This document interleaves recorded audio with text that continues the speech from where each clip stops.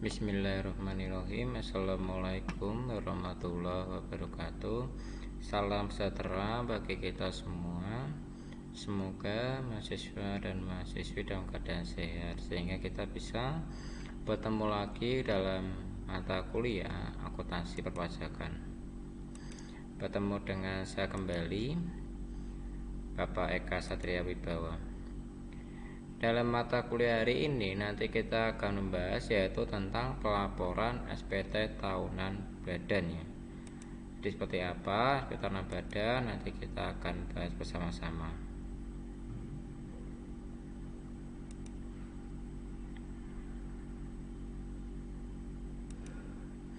Bismillahirrahmanirrahim. Puji syukur kita panjatkan kepada Nabi Muhammad SAW sehingga kita bisa bertemu lagi dalam mata kuliah akuntansi perpajakan. Tujuan perkuliahan yaitu mahasiswa dapat mengetahui apa itu SPT badan secara online ya. Terus tujuannya, manfaatnya. Dalam pokok bahasa mata kuliah ini adalah yang pertama pengertian SPT badan secara online.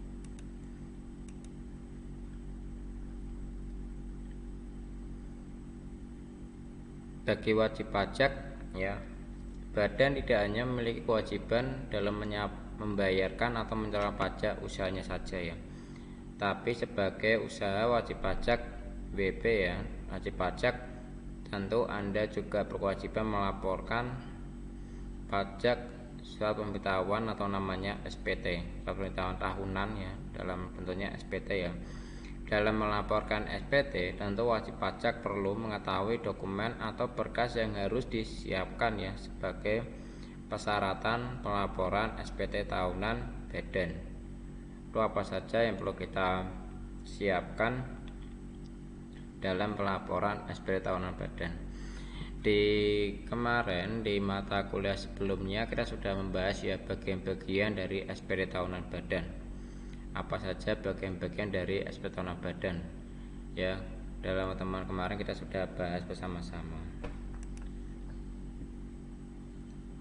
Surat pemberitahuan atau SPT tahunan pajak penghasilan PPh harus disampaikan oleh wajib pajak, baik wajib pajak pribadi maupun wajib pajak badan ya. Terutama wajib pajak badan yang harus menyampaikan SPT PPh setiap tahunnya, di mana ketentuannya penyampaian SPT tahunan pajak penghasilan yang telah diatur dalam Undang-Undang Perpajakan.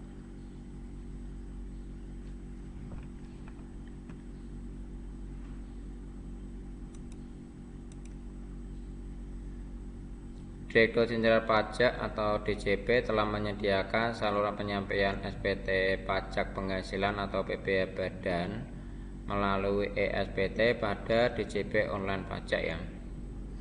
Kepada DJP online pajak melalui DJP online ya, di mana eSPT dihadirkan melalui layanan DJP online yang merupakan sebuah aplikasi penyampaian SPT tahunan PPh badan ya secara online ya. Jadi aplikasi eSPT tahunan badan ini dapat digunakan oleh wajib pajak badan yang menggunakan pembukuan yang lebih mudah dan lebih praktis ya. Dan wajib pajak badan bisa melaporkan SPT tahunannya PPh badannya secara online ya, di lebih efektif, tidak membutuhkan waktu yang banyak. Nah, yang perlu diperhatikan adalah laporan keuangannya.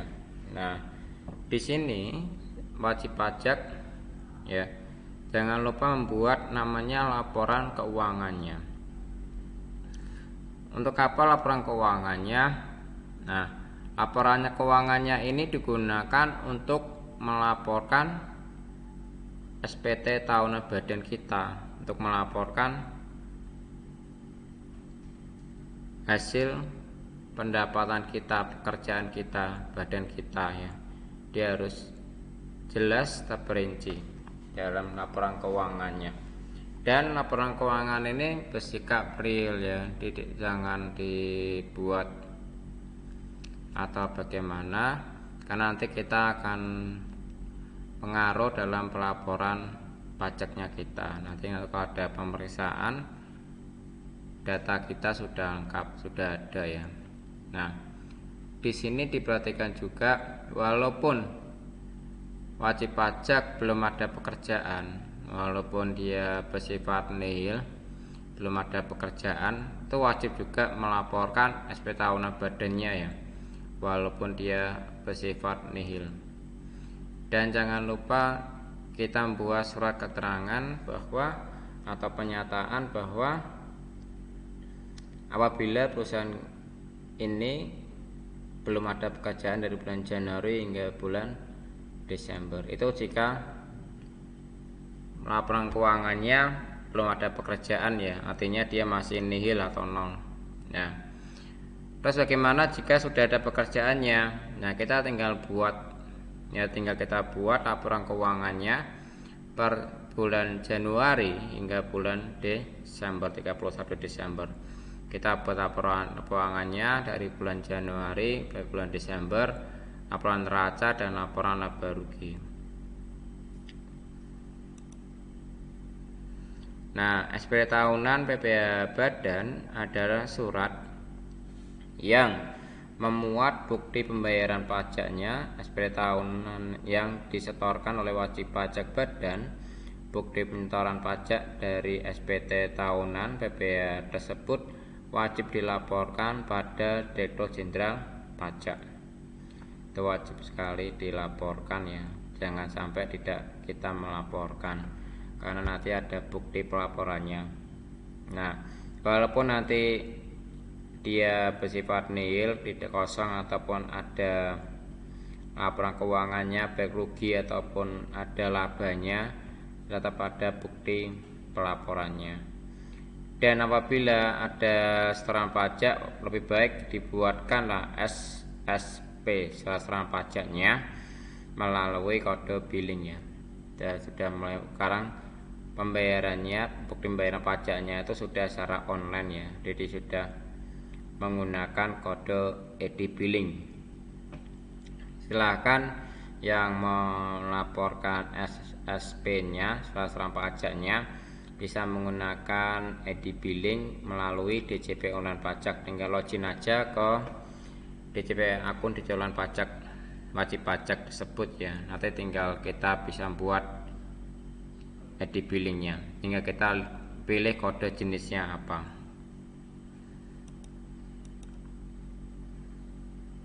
Setiap wajib pajak dimanapun berada tentunya memiliki hak dan kewajiban perpajakan, tentunya yang melekat pada statusnya sebagai wajib pajak ya. Jadi salah satu kewajiban yang dimiliki ialah untuk melaporkan surat pemberitahuan atau SPT atas pajak yang terutang ya, yang telah dilunasi. Jadi beda ya, kalau sudah ada ini SPT-nya, jadi sudah harus ada namanya SSP ya, surat setoran pajaknya. Jadi setiap wajib pajak dimanapun berada ya, tentunya memiliki hak dan kewajiban perpajakan ya, tentunya yang melekat pada statusnya sebagai wajib pajak ya. Salah satunya kewajiban yang dimiliki ialah untuk melaporkan surat pemberitahuan atau SPT atas pajak yang terutang yang telah dilunasinya. Selanjutnya, bagi wajib pajak badan, batas pelaporan SPT tahunan badan adalah data tahun 2020 ya, sudah dekat, wajib dilaporkan paling lambatnya tanggal 30 April 2021. Nah, sama, ini sudah tahun 2022. Nah, itu wajib melaporkan SP tahunannya tahun 2021 ya. Jadi kalau tahun 2021 dilaporkan di tahun 2022. Itu paling lambatnya tanggal 30 April. Dalam hal ini, badan yang dimaksud adalah badan hukum yang diakui secara hukum di Indonesia, jadi melalui baik bersifat publik maupun privat ya. Dan umumnya memiliki akte notaris yang terdaftar.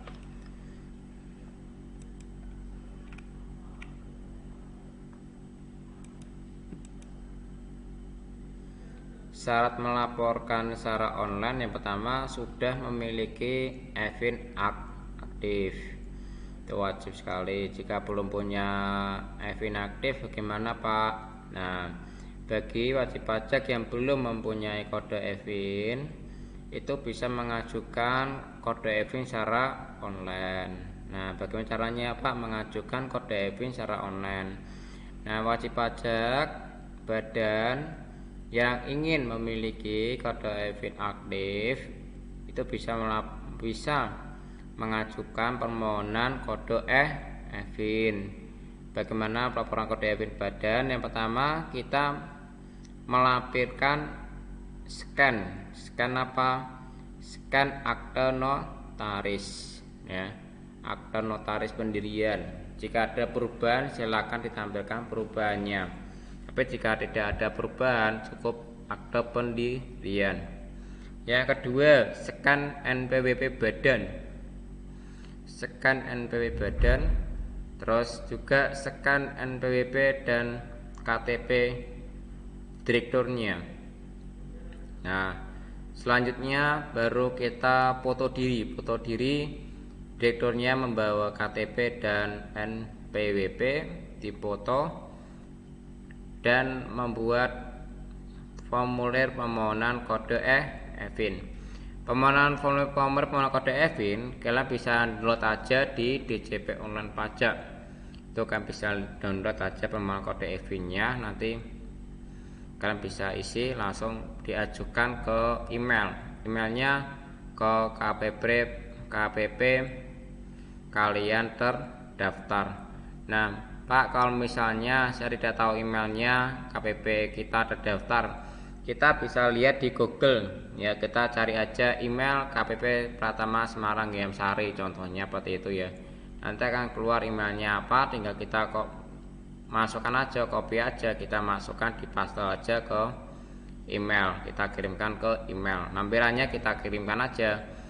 Nanti akan ada balasan dari kantor pajak. 2 hari atau 1 hari akan mendapat balasan dari kantor pajak. Jika sudah disetujui maka nanti keluarlah kode EVIN pajak badan tersebut, baru nanti kalian bisa melaporkan DJP online pajaknya badannya.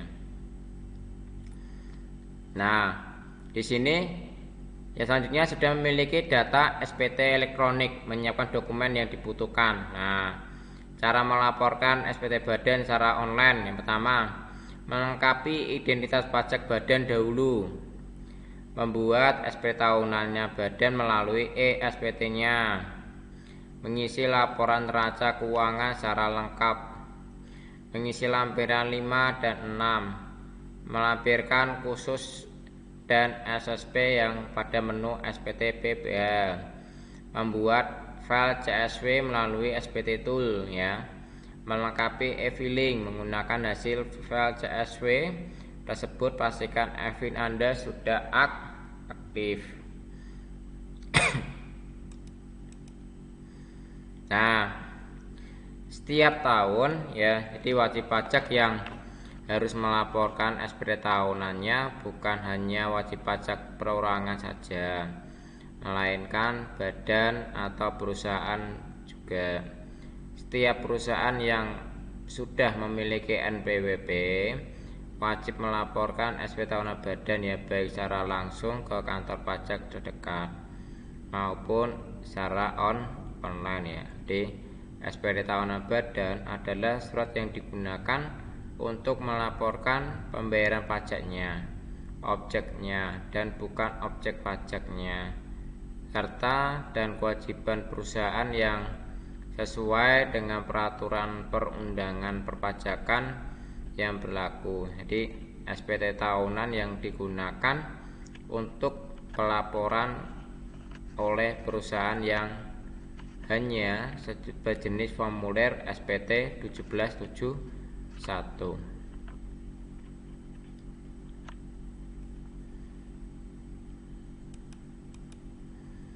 Selanjutnya, pengisian SPT pajak badan sebetulnya tidak terlalu sulit ya, asalkan dokumen yang dibutuhkan sudah lengkap ya. Selain bisa melaporkannya melalui situs DJP online pajak, Anda juga bisa menggunakan beberapa perusahaan yang sudah ditunjuk oleh Direktorat Jenderal Pajak ya, melalui aplikasi service provider ASP yang lebih mudah ya.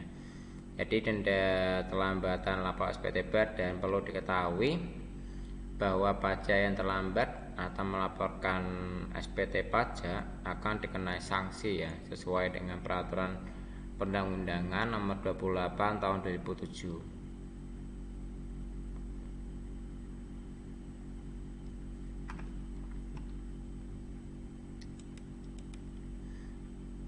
Nah, cara membuat ESPT badan, yang pertama kita buka aplikasi ES badan ya, seperti di bawah ini tampilannya. Nah, di tampilannya seperti ini ya. Kita buka tampilannya, di sini ada ESPT tahunan badan rupiah.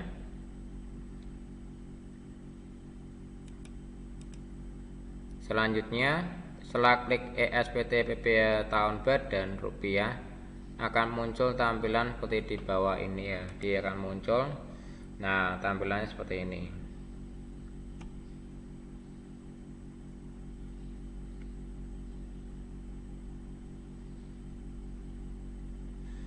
Nah, setelah itu nanti kita pilih database file. Selanjutnya, baru langkah yang selanjutnya, isi lampiran 5 sebagai berikut.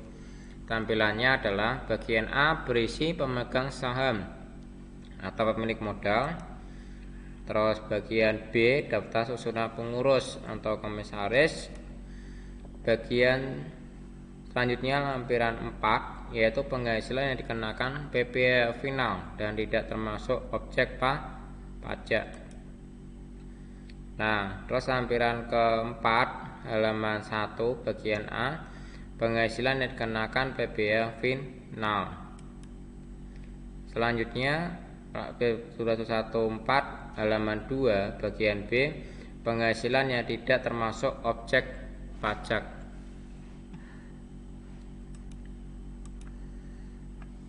Nah, lampiran 4 penghasilan yang tidak dikenai PPh final dan tidak termasuk objek pajak. Di yang pertama, terus ada lampiran 71 halaman 4 ya, bagian A, penghasilan yang dikenakan PPh final.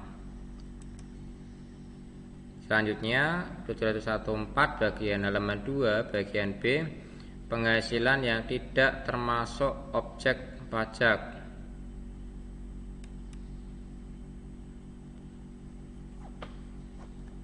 Lampiran 3 formulir kredit pajak dalam negeri, contohnya ya, itu ada lampiran 1.2 perincian harga pokok penjualan, biaya usaha lainnya, dan biaya di luar usaha.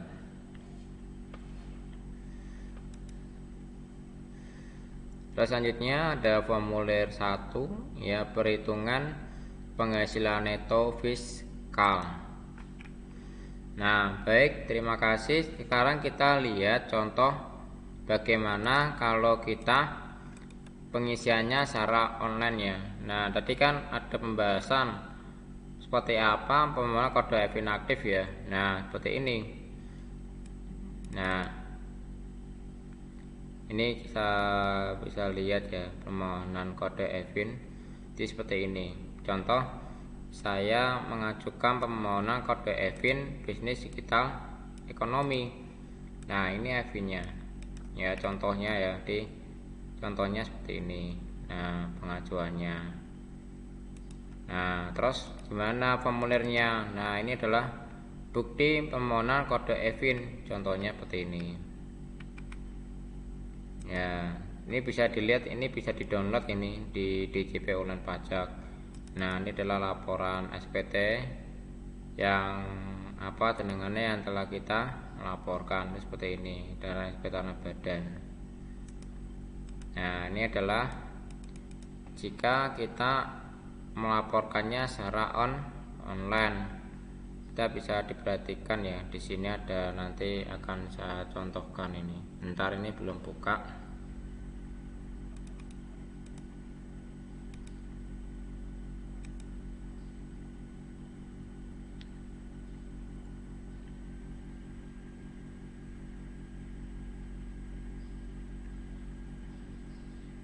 Nah, bisa diperhatikan ya, ini adalah tamporan SPT secara online seperti ini ya. Kita lihat sebelumnya di tampilannya seperti ini ya. Bisa saya lihatkan ini contohnya. Misalnya saya lihat ini di lampiran 6. Nah, ini seperti apa tampilannya. Nah, seperti ini. Ini adalah kalau kita menggunakan namanya e-form. Nah, sekarang untuk wajib pajak badan itu sekarang pelaporannya sudah menggunakan e-form. Nah, Pak, bagaimana cara downloadnya e-formnya ini? Nah, kita hanya tinggal login aja ke DJP online pajaknya. Nanti otomatis kita nanti bisa membuka, bisa download e-formnya.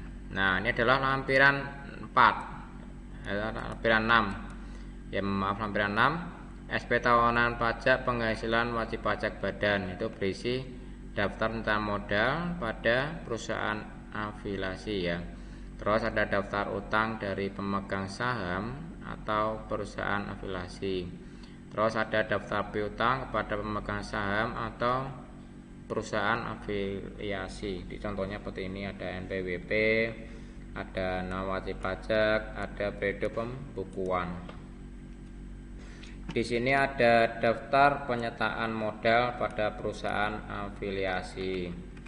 Terus ada daftar utang dari pemegang saham atau perusahaan afiliasi. Contohnya seperti ini ya. Terus ada daftar piutang kepada pemegang saham atau perusahaan afiliasi. Nah, ini adalah contohnya. Jadi jika ada ya diisi ya, nanti bisa diisi seperti ini ya, namanya siapa, alamatnya siapa, mana, MPW nya berapa, itu wajib kita isi ya. Kalau ada tinggal diisi aja, tapi kalau tidak ada ya kita kosongnya aja ya. Terus di sini ada daftar utang pemegang saham atau perusahaan afiliasi. Nah, kalau misalnya ada ya silahkan kita masukkan namanya siapa, NPW nya berapa, jumlah pinjamannya berapa, tahunnya berapa. Nah, di sini ada lagi daftar piutang pemegang saham. Nah, kalau ada sih tinggal kita masukkan aja, tapi kalau tidak ada kita kosongi aja. Ini contoh kasusnya, karena dia tidak ada ya maka saya kosongi. Selanjutnya di sini ada lampiran 5. Nah, pada 5 seperti ini ya. Contoh saya melengkapi pemegang saham pemilik yang dibagikan. Contohnya di sini atas namanya. Terus ada ini. Nah, selanjutnya lampiran 4. Nah, lampiran 4 di sini karena tidak ada ya kita kosongi aja. Ya, di sini aja. Karena di sini ada diisi, kalau misalnya ada ya dimasukkan. Misalnya di sini bagian A, BPA final. Nah, ini kalau ada dimasukkan aja. Terus bagian B, penghasilan yang tidak termasuk objek pajak. Nah, tuh silakan jika ada dimasukkan.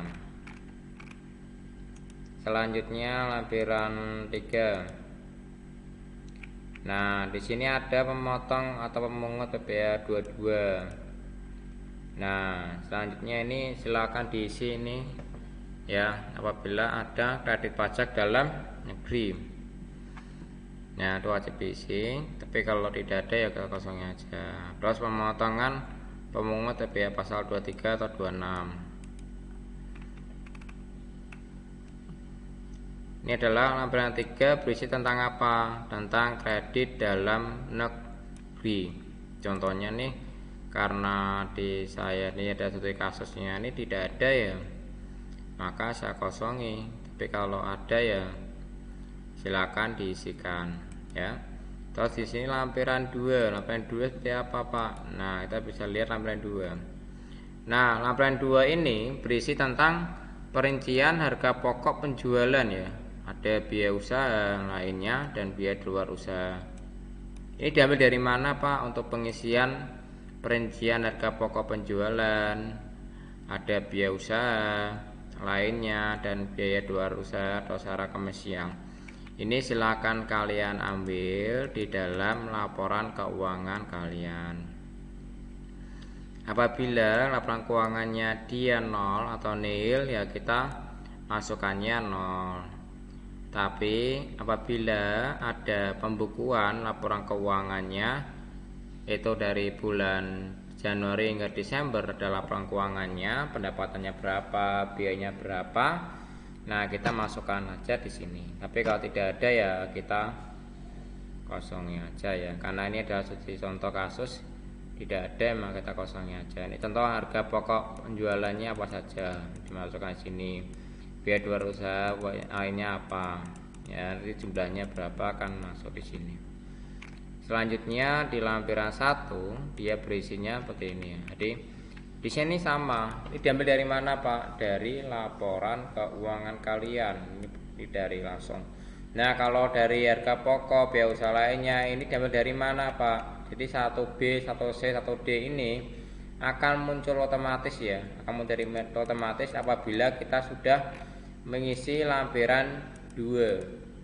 Nah, kalau lampiran 2 kita sudah isi, maka nanti akan masuk ke lampiran 1 di bagian ini. Di harga pokok penjualannya ini akan masuk secara otomatis apabila kita sudah mengisi lampiran 2. Nah, terus apabila ini nanti akan otomatis sendiri ya, karena sudah ada rumusnya. Nah, punya fiskal ini jika ada kita masukkan, tidak ada kita nolkan aja.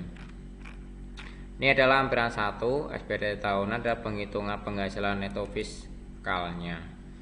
Nah, ini adalah seperti itu ya, bisa diperhatikan sangat berbeda ya dengan yang dulu ya, karena ini tampilannya sudah berbeda sekali. Nah, yang penting adalah ini daftar penyusutan dan amortisasi fiskal. Yang penting teman-teman kemarin kita bahas adalah tentang aktiva tetap.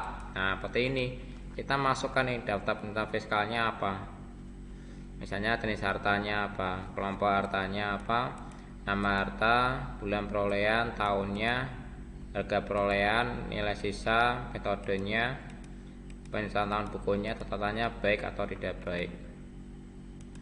Nah, baru kita lihat ke induknya. Nah, induknya kalau kita diisi ya ini data sudah ada. Kalau tidak diaudit ya kita kosongin aja. Kalau diaudit kita isi namanya siapa.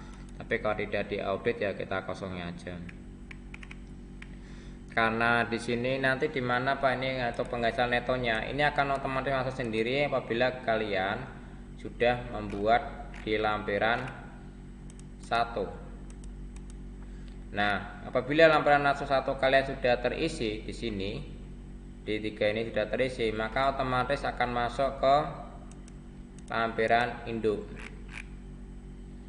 Nah, apabila sudah perlu diisi kita isi ininya, tapi kalau tidak ada ya kita kosongnya aja. Selanjutnya adalah file lanjutan, induk lanjutan. Nah, seperti ini ya.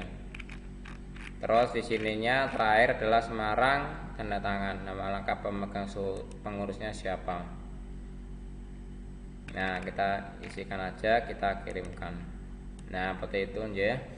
Nah, baru kita kirim. Nah, kirim ini adalah mengunggah laporan keuangannya kita.